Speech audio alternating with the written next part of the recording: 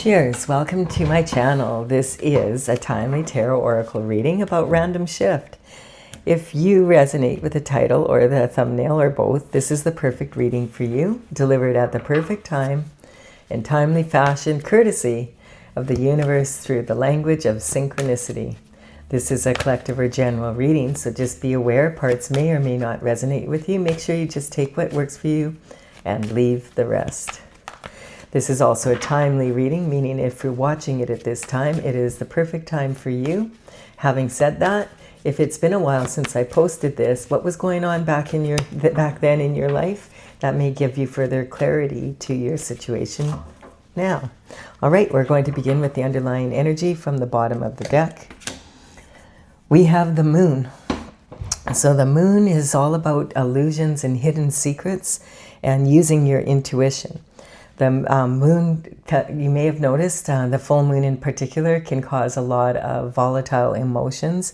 If you are someone that is in, emergency services, or someone in the restaurant, or that kind of or business of entertainment, you may have noticed that it's a lot of people kind of do a lot of impulsive things when the full moon is out, and even when the new moon is. So this is talking about coming out of the emotional waters and being strong enough, no matter what, to go on your path and stay on your destined path, the one that was given you. We have the sun, we have the moon, the full moon and the new moon, so representing the different cycles. And also at times there's eclipses, there's solar eclipses and lunar eclipses. And so this is the energy talking about all how powerful the pull of the moon is on us. And it's a great time to use your intuition. All right, so we have, for the first card out, we've got the Fool. The Fool is on a new journey. Yay, the 0 point, fresh air. So the Fool starts at the 0 point in the major arcana. And then he works through all the cards until he hits the last one, which is number 21, and that's the World. And then that means that he's achieved all that he can achieve on that cycle, and it's time to start a new one. Now, some people only go through one cycle in their whole life, and others go through many. It just depends on your circumstances and what, your character and life in general, what kind of shift happens in life. And then we have, Temperance.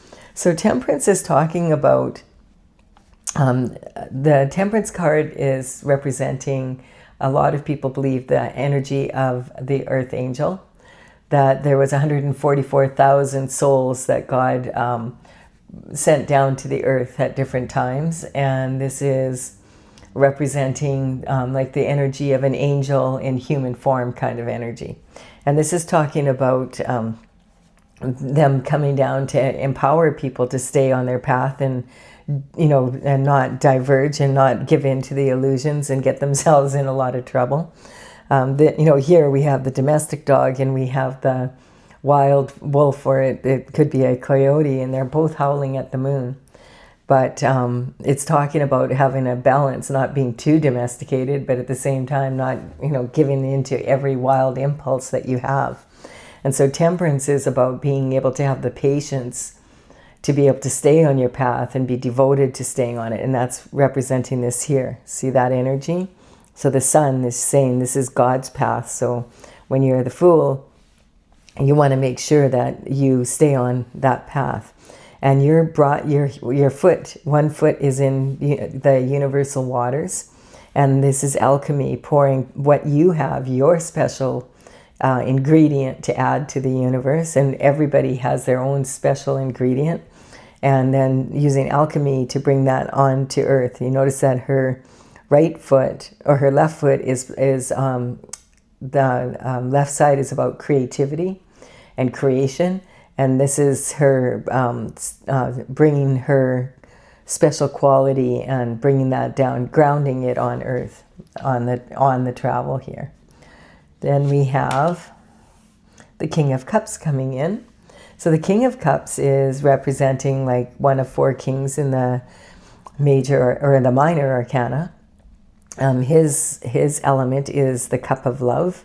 So he is known to be the most emotionally available of all the kings. He's emotionally available because he's learned how to control his emotions. He is sitting out here on this slab on his throne, and he's in the middle of all this water. And water that's rough like this in the tarot is representing volatile emotions and chaos. And he is totally chilled out here because he has learned how to be emotionally available, like not close his heart, but at the same time not give in to these impulsive energies, right? And he wants to give a cup of love to someone here, but he's waiting for the exact opportune time. He's got his right foot forward. He's, in a moment's notice, he could get up and move forward. And we have, oh, look at that, the 10 of Cups. He wants to bring the 10 of Cups to someone. So this is talking about, as the ultimate fulfillment you can possibly have in a perfectly imperfect world. And so this is talking about, having the partner that you love and being able to enjoy your children, loving where you live, loving the home you live in, loving, just breathing the air, it's kind of that energy is what I'm getting. Loving your family, like your original family, your parents, loving your career, and, just everything is just hunky-dory. I haven't said that in a long time. I don't know, I can't remember which one of my relatives used to say hunky-dory. And so this is talking about being at peace in your mind also. So this person has gone, the reason why, I think this is explaining, the reason why the king is able to stay calm in troubled waters is because he has learned how to control his mind, to discipline it. So when there's things that are chaotic going on around him, like right now there's sirens in the background, I don't know if you can hear it, it's pretty loud. And it's kind of like that kind of energy, like when, shift happens out of nowhere and all of a sudden there's sirens and like that kind of energy. He's able to discipline his mind so that he can go inward and look for what do I need to do here? What's the best action I can take at this moment? And leave his emotions and his mind out of it and go to his intuition, basically, which is what this is saying here. And then apply logic to what his intuition is telling him would be the best choice. So he has hung his subconscious mind, which is formed by the time you're about around the age of 6, it's pretty much formed. And that is from the time you're a baby. It's heavily imprinted on you, but it's interesting because it's, actually the thoughts of the people that were put in charge of your care, because you can't really remember when you're a baby, most of us for sure. But even up to about kindergarten, it's hard, like a lot of people don't have much memories of their life before that. And this is the energy of talking about, the people tell you, oh, you were like this and you were like that. These days we have a lot more photos and we have movies and stuff so we can actually see how we were like and that, but it's still not exactly 100% our thoughts. And it's more the circumstances we were in, yet that is heavily imprinted on us and like throughout our whole life. Our unconscious mind, a lot of people will say, I'm a human being with a soul, but it's more accurate to say that you are a soul traveling in a human body, and your human body is the vehicle that you're using to get around Earth. And so your soul has needs as well as your physical body, and if those aren't met, then the soul kicks up, and you'll notice it in your life.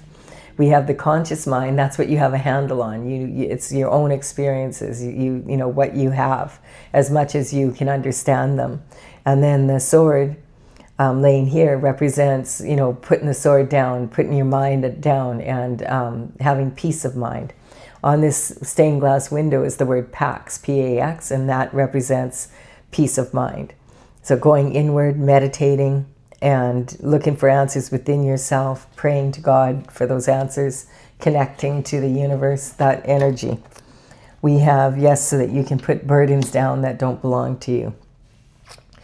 That's the energy coming in on your path. If you want this ultimate fulfillment, I'm saying that this is talking about, you know, we all plant seeds with our actions. And so what actions we take, or even at times the actions we should have or would have or could have taken and didn't, those have an effect on us.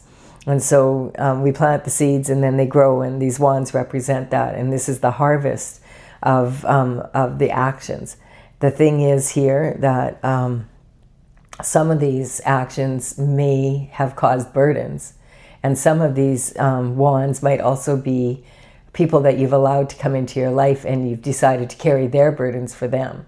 And so this is the energy. It's like it's heavy and he's doing his best to get it home. And he's so close to home, but he can't see it. He can't see it because the load is, you know, it's heavy and it's taking him down. So this card is saying, like, for example, I want to give you an example of something, what I mean by planting seeds and then not enjoying the harvest would be like, say you purchased a home somewhere and it was perfect at the time. It was exactly what you wanted. You got it for the right price. Everything worked out great. But after living there for a year or so, you're like, oh man, you know, I'm actually not enjoying living here. What I thought I would really like, I don't like. It is what it is, but now that I'm living it, it's way different on paper than it is in real life, basically. And so this energy is the regret then, because now you've got the house listed and the market is slow and you can't let go of that house. Now it's still an asset, but it's a burden on you because you want to move and you can't. And so that's the kind of energy. So some of these wands you can put down and some you can't. Some could be, you know, you've been kind to people and they shift all over you, and those burdens, put them down so that those people can deal with their own shift and that you can get on your divine path and have the ultimate fulfillment that you deserve. Yes, that's good advice. The sun's coming out. So this is talking about, if you want, you know, this is the happiest card in the deck, shining light on all of this.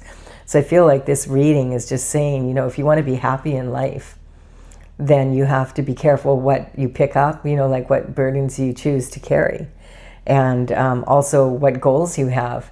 And it's okay to have goals that don't, like, that you find out after that, hey, this isn't actually, I didn't realize once I lived here, or your circumstances could have changed dramatically in some way. And so things just aren't suitable the same way. That's okay. That's how we live. That's called live and learn. But carrying other people's burdens for them so that they don't have to face the consequences of it that's not empowering anyone. So this is talking about you being on your destined path. And because of it, that's why you're being rewarded. You even though it was difficult and maybe it was tempting at times to stray from your path, you did your best. You went inward and looked after things. This is representing you as a child, totally carefree. No reins, no fear, all the sunflowers following God.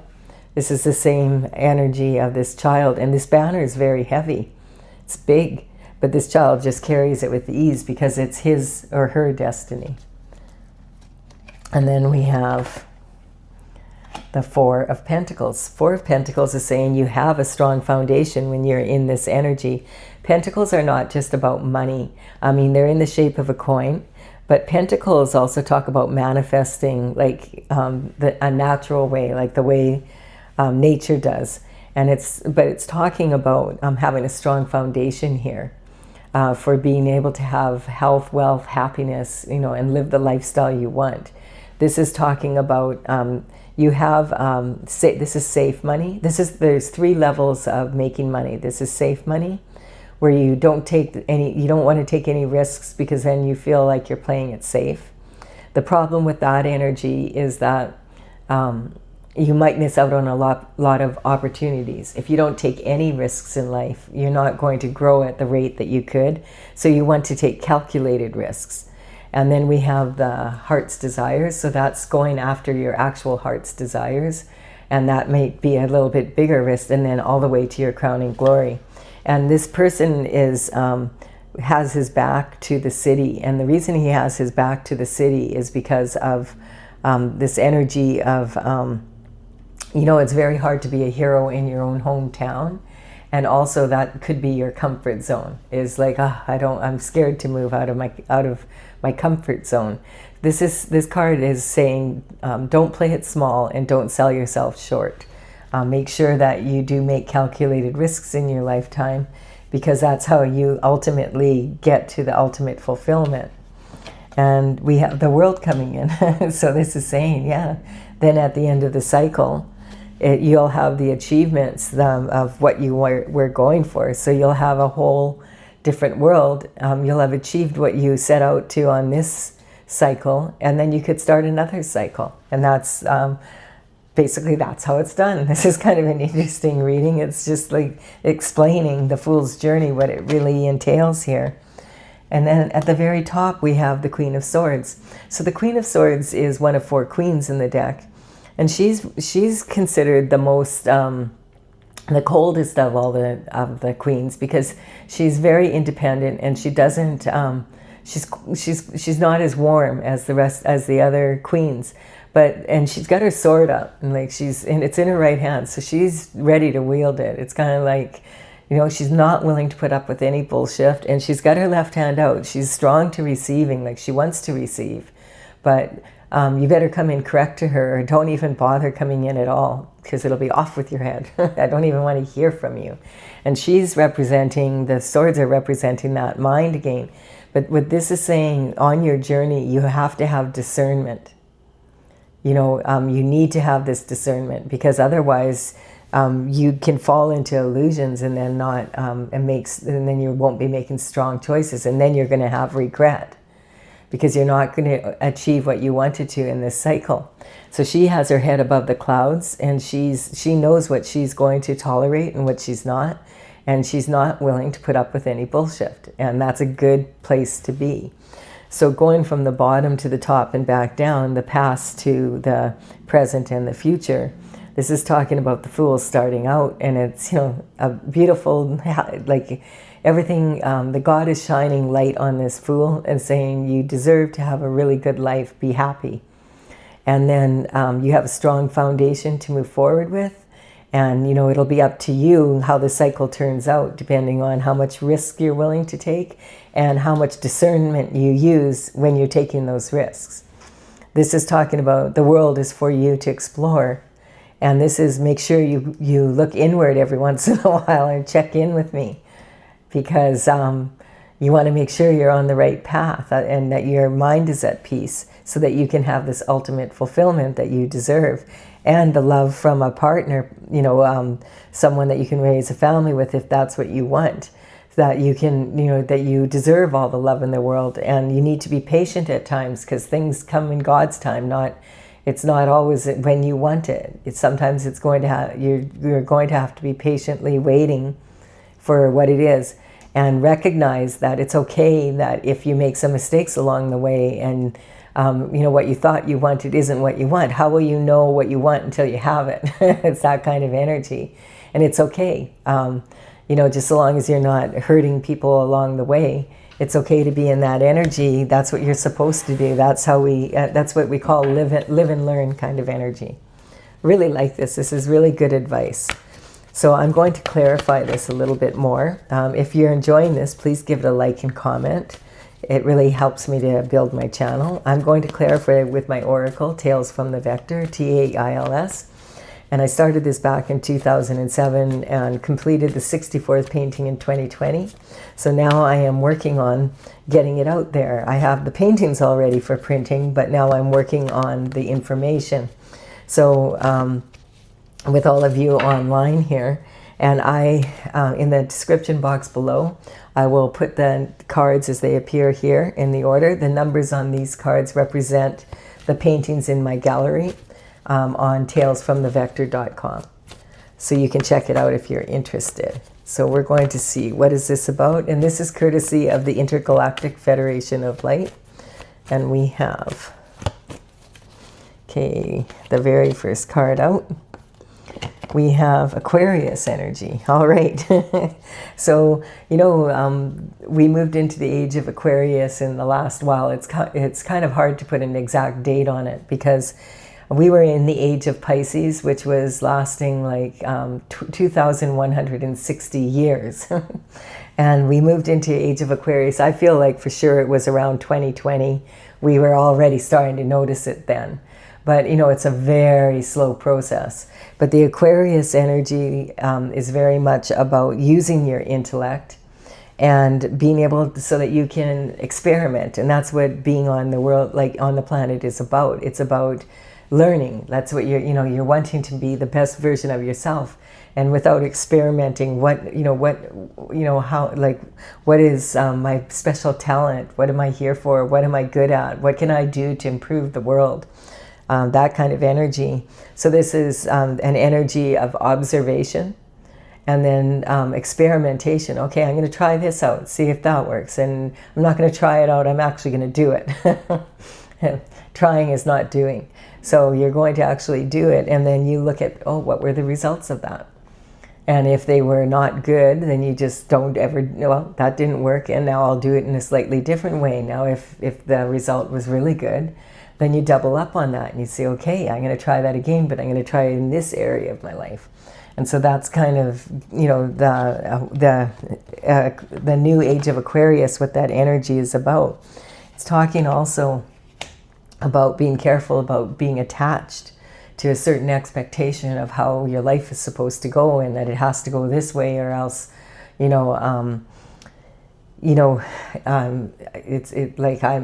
willing to let go of it. Attachment is the mother of all other karmic spaces.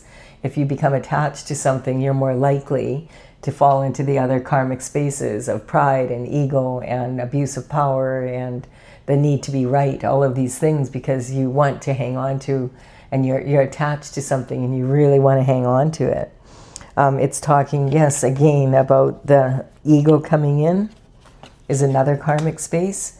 So the ego, a lot of times people, I feel, don't really understand what that is. But the ego to me is not so much like, you have to have an ego, like you have to have some sense of who you are to be able to, have a name and an identity for yourself of how you're going to present yourself on planet Earth. But having said that, recognizing that you are a soul traveling in a human body and you're much more than just your physical needs is important to recognize. Another karmic space we can really fall into on the way is the need to be right. So the need to be right is, even when you're wrong, you're right. And if you have a real strong need to be right, it could be because in your childhood you got in trouble if you weren't right, like if you didn't get straight A's or something like that. So there's a lot of reasons why people could get into this energy, but it's making sure that you recognize, like, there are times where you are going to, as I said, make mistakes and you're going to be wrong. You can say that word, wrong, I was wrong. That kind of energy. A lot of people have a lot of trouble with that. I feel it's because our conditioning from being in school, when we start kindergarten, it's like, right away you're tested and there's marks, and like if you don't do things right, you get in trouble and you get sent to the principal's office and all that kind of energy. We have Aries energy coming in.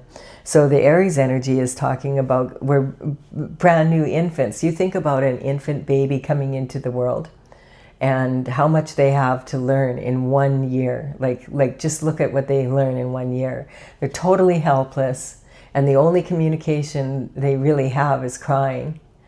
And they have to communicate in that way what their needs are. And look at, they learn to eat solid food, and they learn to sit up, and then next thing they're crawling, and then they're, standing, and then eventually learning to walk, and they're starting to talk. I mean, think about how much that little baby has learned just in 1 year alone, right?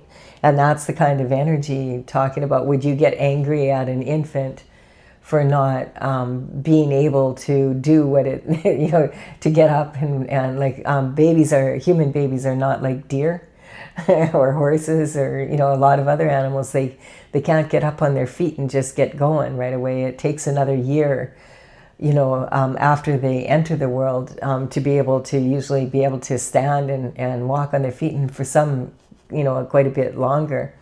And that whole time they're like a sponge just sucking in the energy. That's how the subconscious mind is formed. So we have, that can cause trauma in a lot of people. And when people get traumatized, they either want to fight or they'll run. Like you look at a rabbit is going to, it's either going to, like if it senses danger, you'll see it. Its nose is going, it smells danger. It'll make that decision right away. Am I going to run or am I going to freeze? It's that kind of energy. And so it's, fight. A rabbit's not going to fight, but if it was cornered, it might. But the energy is like knowing, like getting into these situations where if people are traumatized, they do weird things, and that's, kind of an explanation why. But this is saying, if you're on a foolhardy journey, which means you're following your authentic heart's desires, and you have your subconscious, unconscious, and conscious mind plugged into your heart, then you're going to be on your path and you can anticipate the future instead of having expectations of exactly how it's going to go and then being disappointed and being limited because things aren't happening the way you think they should. And so this is, talking about, plug into your heart and, go after your authentic desires, and you'll have a wonderful cycle. I really like this. This is a really good reading. I hope you've enjoyed it as well. Please do like and comment if you have. And I will be back with another random reading about random shift as soon as I can. Bye for now.